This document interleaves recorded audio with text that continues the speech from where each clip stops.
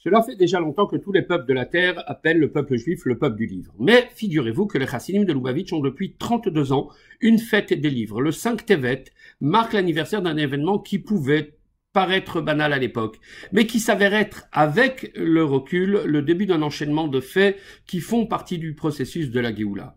Un tribunal américain déclara le 5 Tevet 5747 en 1987 que les livres et manuscrits qui appartenaient à l'origine au rabbi devaient être rendus par ceux qui le retenaient de manière illégale.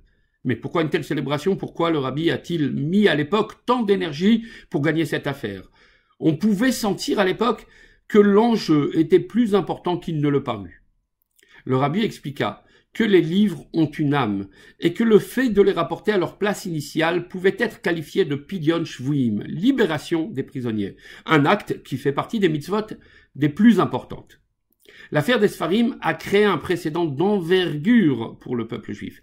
Toutes les phases déterminantes de l'histoire de notre peuple furent liées aux livres. La sortie d'Égypte elle-même fut conditionnée par le don de la Torah. C'est pourquoi aujourd'hui aussi, la Géoula physique du peuple juif dépend du retour de ses livres. Cela représente Pidyon Shvuim, le retour des prisonniers de l'exil.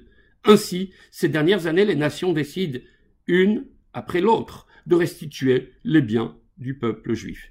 Tout cela constitue certainement la première étape de la restitution finale et complète des biens matériels et spirituels de notre peuple, avant que les Shvuyim, les prisonniers de l'exil, ne rejoignent leur terre, qui ne sera plus convoitée à la venue de Mashiach. Pour accélérer le processus, étudions donc les Séfarim.